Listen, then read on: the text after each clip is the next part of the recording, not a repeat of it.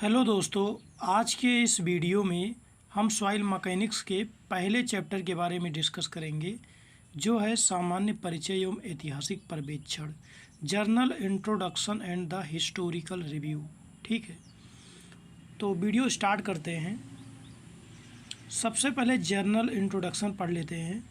मृदा या मिट्टी वैसे तो किसी परिचय की मोहताज नहीं, क्योंकि इसके संपर्क में मनुष्य सभ्यता के प्रारंभ से रहा है।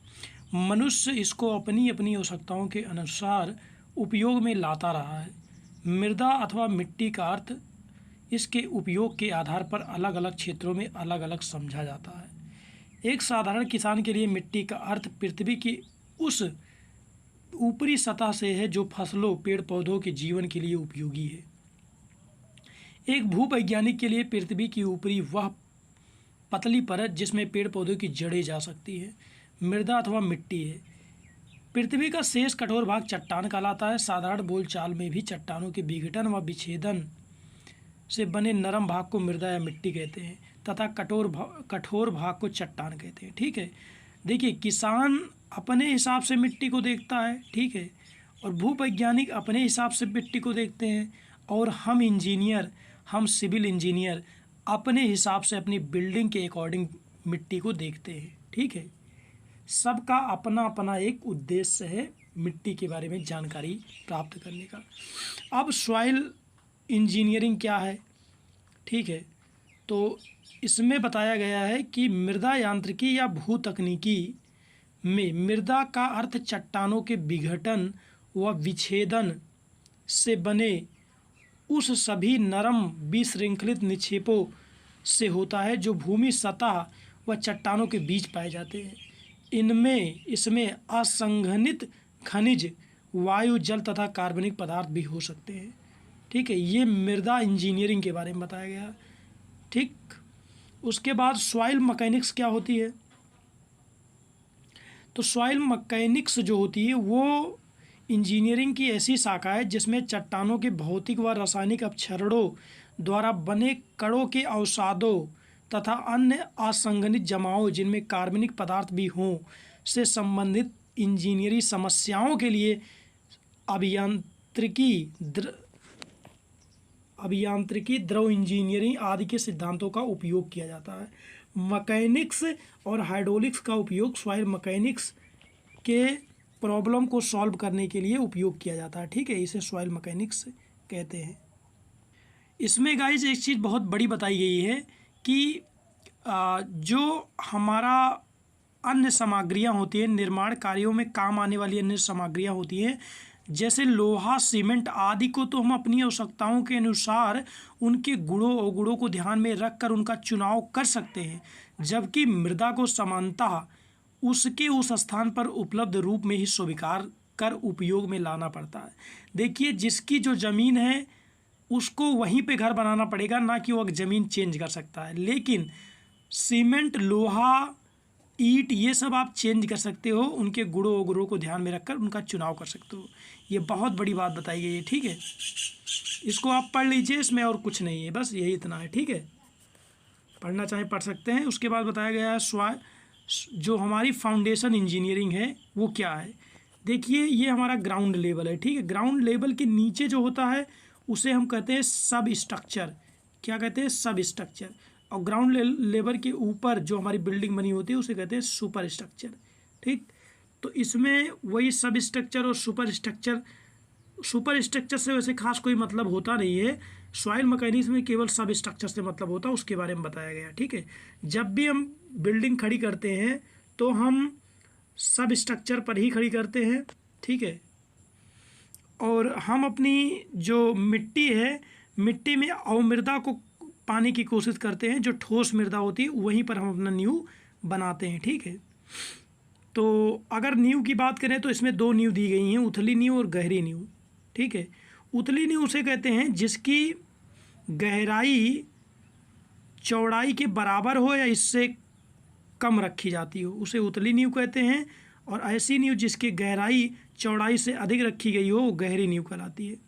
उथली नींव में देखिए गिरलेज नींव बताया गया है, फैलाव नींव, पतरा नींव यानी जिसे राफ्ट नींव कहते हैं, ये 3 नींव है। ठीक है, उसके बाद गहरी नींव में स्पाइल न्यू, बेल न्यू, कैसी न्यू, ये 3 न्यू है। ठीक, उसके बाद ऐतिहासिक पर्यवेक्षण क्या है, हिस्टोरिकल रिव्यू क्या है, उसके बारे में बताया गया। मतलब पुराने काल में लोग घर को कैसे बनाते थे उसके बारे में बताया गया। ठीक है, कैसे बिल्डिंग बनाते थे जो आज तक उनकी बिल्डिंग खड़ी है उनके बारे में बताया गया। ठीक है, ताजमहल वगैरह देखिए पुराने ज़माने की बिल्डिंग है फिर भी आज खड़ी हुई है। तब तो हमारे पास सॉइल मैकेनिक्स की कोई बुक नहीं थी, लेकिन अब सॉइल मैकेनिक्स की बुक आ गई है। लेकिन अभी हमारे इंजीनियर जो बिल्डिंग्स बनाते हैं उसकी उम्र 100 साल जाते जाते वो गिर जाती है। लेकिन पहले के इंजीनियर कारीगर ऐसे घर बनाते थे जो 100 साल 200 साल से ज़्यादा चल रहे हैं, जैसे ताजमहल आप देख लीजिए। ठीक है, ये थ्योरेटिकल चीज़ें हैं, उसके बारे में पढ़ लीजिए। ठीक है, पुराने इतिहास के बारे में बताया गया है सब ये। ठीक है, ये अच्छे से पढ़ लीजिए। विश्व का सबसे ऊंचा बांध रॉकफेल बांध है, 1000 फुट से अधिक ऊंचा है ये। ठीक है, और सॉइल मैकेनिक्स का जन्मदाता किसे कहा जाता है, टरजागी को कहा जाता है। ठीक, ये अच्छे से पढ़ लीजिए। मृदा कैसे बनती, ये अब इम्पोर्टेंट आ गया, ये क्वेश्चन आपके BTUP में पूछा जाता है। मृदा या मिट्टी चट्टानों के टूटने के कारण बनती है। प्रकृति में पृथ्वी सतह पर और पृथ्वी के नीचे विभिन्न भौतिक एवं रासायनिक कारणों से लगातार चट्टानों का विघटन होता रहता है, जिससे अपक्षय कहते हैं। इसके कारण ही मृदा बनती है। देखिए, चट्टानों के टूटने के कारण ही मृदा बनती है। ठीक है, अब ये भूविज्ञानीय चक्र क्या है, अपक्षय क्या है, परिवहन तथा निक्षेपण क्या है, अभ्युत्थान क्या है। ठीक है, ये इंपॉर्टेंट हो जाएगा आपके लिए।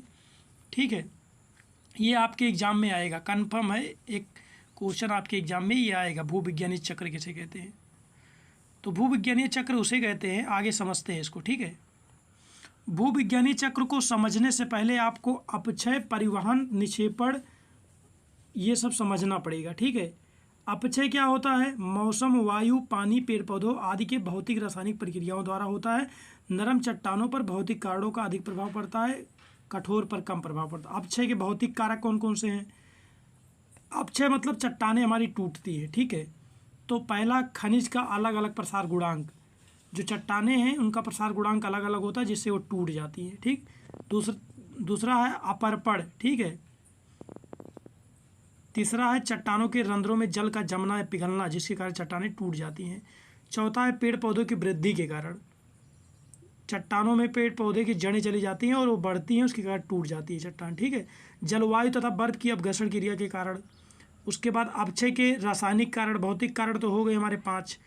अब रासायनिक कारण कौन कौन से हैं अपक्षय के, तो ऑक्सीकरण है, जलयोजन है जिसे हाइड्रेशन कहते हैं, ऑक्सीकरण जिसे ऑक्सीडेशन कहते हैं। ठीक है, ये रासायनिक कारण है अपक्षय के। और कार्बोजनीकरण भी जो है अपक्षय के कारक हैं। अब तो हमारा चट्टान टूट गई, उसके बाद परिवहन तथा निक्षेपण कैसे करेंगे। देखिए, परिवहन करने के लिए 4 मेथड हैं, या तो जल के द्वारा वह बहकर एक स्थान से दूसरे स्थान पे जाएगी, या तो हिमखंड द्वारा, ठीक है, या तो वायु द्वारा उड़कर जाएगी, या तो गुरुत्व द्वारा बह के जाएगी, ऊपर से नीचे आएगी। ये है जिसे परिवहन और निक्षेपण कहते हैं। ठीक है, एक एक करके हम समझते हैं। जल के द्वारा कैसे जाएगी, फिर हिमखंड के द्वारा कैसे जाएगी, वायु के द्वारा मिट्टी एक स्थान से दूसरे, डिब्बा रेत के द्वारा कैसे जाएगी मिट्टी एक स्थान से दूसरे स्थान पर। ठीक, ये सब का एक एक करके दिया गया, आप इसको वीडियो रोक करके अच्छे से रीड कर लीजिए। और अगर कोई चीज़ समझ में ना आए तो कमेंट बॉक्स में कमेंट कर देना, मैं उसका वीडियो अलग से बना दूंगा। ठीक है, अभ्युत्थान किसे कहते हैं, ठीक है, यही चक्र बराबर चलता रहता है। देखिए, समय समय पर भूचाल आदि आते रहते हैं, जिससे जो है हमारी जो ये चट्टानें हैं, चट्टानें बनती टूटती रहती है। यही चक्र को क्या कहते हैं हम, अभ्युत्थान कहते हैं। ठीक है, उसके बाद भूविज्ञानीय वर्गीकरण, इसको 2 भागों में बांटा गया है, एक अवशिष्ट मृदा, दूसरा स्थानांतरित मृदा। अवशिष्ट मृदा के बारे में लिखा गया, आप अच्छे से पढ़ लीजिए क्या है। ठीक है, उसके बाद स्थानांतरित मृदा के बारे में बताया गया, अच्छे से पढ़ लीजिए, थ्योरेटिकल चीज़ें। ठीक है, मृदा का वर्गीकरण भूविज्ञानीय आधार पर और इंजीनियरिंग आधार पर। भूविज्ञानीय आधार पर 2 प्रकार से, अवसादी मृदा, स्थानांतरित मृदा। ठीक है, आगे इसके बारे में बताया गया। ठीक, उसके बाद इंजीनियरिंग दृष्टि से मृदा का वर्गीकरण, इंजीनियरिंग पर्पज से अगर देखा जाए तो मृदा को 3 भागों में बांटा गया। पहला ससंजनहीन मृदाएं, दूसरा ससंजक मृदाएं, तीसरा कोलाइड्स। ठीक है, ससंजनहीन मृदाएं किसे कहते हैं? जिनको मन चाहे आकार में नहीं ढाल सकते, जैसे बालू, बजरी, अकार्बनिक, सुघट्ट, सिल्ट, ये क्या कहते हैं? मन चाहे आकार में नहीं ढाले जा सकते, इसलिए इन्हें ससंजकहीन कहते हैं।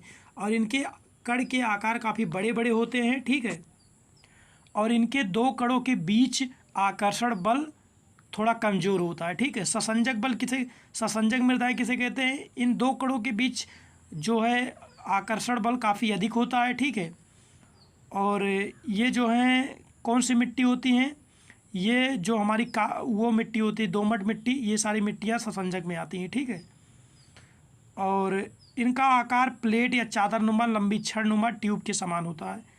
उसके बाद ये कोलाइड में कौन कौन सी आती है? क्ले आती है हमारी, क्ले कोलाइड के अंतर्गत आती है। ठीक है, अब हम बात कर लेते हैं भारत में पाए जाने वाले मुख्य मृदा समूह। कौन कौन सी प्रकार की मृदाएं हमारे देश इंडिया में पाई जाती हैं? तो 5 प्रकार की मृदाएं पाई जाती हैं मेनली। पहला है अवशिष्ट अथवा लाल मृदा, दूसरा है काली मिट्टी मृदा, और तीसरा है सिंधु व गंगा के तराई की जलोढ़ मृदा। उसके बाद चौथा है लेटराइट मृदा, पांचवा है अन्य मृदा। मिसलेनियस में बहुत सारी मृदाएं हैं, लेकिन मेनली यही 4 हैं। ठीक, अवशिष्ट मृदा के लाल मृदा के बारे में बताया गया है, इसको अच्छे से पढ़ लीजिए। ठीक है, कैसे कहाँ से उत्पन्न होती है, वितरण कैसे होता है। ठीक, काली मृदा के बारे में बताया गया, ये इंपॉर्टेंट है आपके लिए, वितरण कैसे होता है। ठीक है, उसके बाद सिंधु गंगा जलोढ़ मिट्टी के बारे में बताया गया, इसको अच्छे से रीड कर लीजिए। इसका वितरण कहाँ कहाँ पे पाई जाती है, जलोढ़ मृदा। ठीक है, उसके बाद लेटराइट मृदा के बारे में बात की गई है। ठीक है, उसका कहाँ कहाँ पाई जाती है? भारत में उड़ीसा में पाई जाती है, आसाम में पाई जाती है, मैसूर केरल में पाई जाती है। ठीक है, ये सब पढ़ लीजिए, थ्योरेटिकल चीज़ें हैं। अगर नहीं समझ में आती कोई चीज़ तो कमेंट कर दीजिएगा, मैं वीडियो बना के डाल दूंगा, देख लीजिएगा। ठीक है, अन्य मृदाएं कौन कौन सी हैं? वनों व पहाड़ों पर पाई जाने वाली मृदाएं कौन कौन सी हैं? ठीक, रेगिस्तानी मृदाएं कौन कौन सी हैं? अन्य मृदाएं हैं। खारी या क्षारीय मृदा किसे कहते हैं? पीट या दलदली मृदा किसे कहते हैं? अब हम बात कर लेते हैं जो हमारी मृदा की संरचना होती है वो कैसे होती है। अगर हम अपनी मिट्टी को सूक्ष्मदर्शी से देखते हैं तो हमारी मिट्टी की संरचना कैसे दिखाई देती है, उसके बारे में बात कर लेते हैं। ऊपर ये काफ़ी इंपॉर्टेंट लाइन दी गई है कि मृदा पिंड में मृदा कण, पानी तथा वायु की व्यवस्था होती है। 3 चीज़ होते हैं मृदा कण में, मृदा के कण होते हैं, पानी होती है और वायु होती है। ठीक है, इन अवयवों में कार्य कर रहे बलों को मृदा पिंड की संरचना कहते हैं। ठीक, इसको अच्छे से आप समझ लीजिएगा।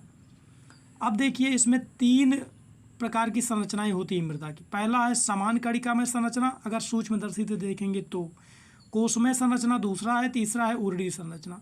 तो पहले एक एक करके समझते हैं। ये हमारा समान कणिक संरचना, जब सूक्ष्मदर्शी से देखेंगे इसके अंदर बालू और बजरी आती है। इसके अंदर रिक्तता माने रिक्तियाँ ज़्यादा पाई जाती हैं। देखिए, ये 2 कण के अंदर इतनी बड़ी रिक्तियाँ हैं। ठीक, उसके बाद दूसरा आता है कोशमय संरचना। ठीक है, कोशमय ये मृत्तिका या सिल्ट आते हैं इसके अंतर्गत। ठीक, ये इसका चित्र भी दिखाया गया है कोशमय संरचना के। ठीक है, इसके अंदर थोड़ा सा जो रिक्तियाँ होती हैं कम होती हैं, आप देख रहे हैं रिक्तियाँ कम होती हैं। ठीक है, कहीं ज़्यादा कहीं कम होती हैं। उसके बाद तीसरा आता है उर्वरीय संरचना। ठीक है, उर्वरीय संरचना यह काफ़ी अत्यंत सूक्ष्म होती है। ठीक है, अत्यंत कठोर भी होती हैं ये मिट्टी। ठीक, उसके बारे में बताया गया है। अब हम मृदा में जो जल पाए जाते हैं, सॉइल वाटर, उसके बारे में बात कर लेते हैं। तो सॉइल, पहला स्वतंत्र जल पाया जाता है, उसके बारे में रीड कर लीजिए, थ्योरेटिकल है बिल्कुल। स्थिर जल पाया जाता है, ठीक, पढ़ लीजिए। उसके बाद संरचनात्मक जल पाया जाता है। ठीक है, मिट्टी में हमारे संरचनात्मक जल पाया जाता है। उसके बाद अधिशोषित जल क्या होता है, मिट्टी में कैसे पाया जाता है, उसके बारे में पढ़ लीजिए। ठीक, उसके बाद केशिकीय जल क्या होता है, कैपिलरी जल क्या होता है, उसके बारे में रीड कर लीजिए अच्छे से वीडियो रोक के। ठीक है, मृदा सन्निहित में कणों के बीच अंतर बल। देखिए, जो मृदा के कण होते हैं उनके बीच 2 बल पाए जाते हैं। पहला गुरुत्व बल होता है, ग्रेविटेशनल फोर्स, दूसरा पृष्ठीय बल होता है, सरफेस फोर्स। ठीक है, और एक आकर्षण बल होता है, एक विकर्षण बल होता है। इसको अच्छे से रीड कर लीजिए। ठीक, भारत में मृदा इंजीनियरिंग कार्यों से संबंधित विभाग, जो सॉइल के विभाग बनाए गए हैं, सॉइल इंजीनियरिंग के विभाग, उसके बारे में बताया गया है। इसी के साथ हमारा ये चैप्टर इंट्रोडक्शन एंड हो जाता है। ये हमारी सॉइल इंजीनियरिंग के विभाग बनाए गए हैं, 4 विभाग हैं, ठीक है, जिसमें हम सॉइल मैकेनिक्स के बारे में नॉलेज गेन करते हैं, ठीक है, प्रैक्टिकल वगैरह सब कुछ करते हैं, इसमें जानकारी इकट्ठा करते हैं, ठीक है, ये 4 हैं। तो इस प्रकार हमारा ये चैप्टर इंट्रोडक्शन समाप्त हो जाता है। अगर कोई चीज़ इसमें समझ में नहीं आती है तो प्लीज़ कमेंट बॉक्स में कमेंट कर दीजिएगा, उस पर वीडियो आपको मिल जाएगी, ठीक है। हम अपने आने वाले नेक्स्ट लेक्चर में चैप्टर 2 मौलिक परिभाषाएं एवं उनमें संबंध जानेंगे, ठीक है, कौन कौन सी मौलिक परिभाषाएं होती हैं मिट्टी की और उनमें कौन कौन सा संबंध होता है उसके बारे में डिस्कस करेंगे, ठीक है। तब तक हमारे चैनल को सब्सक्राइब कीजिए, इस वीडियो को लाइक कीजिए। जय हिंद, जय भारत।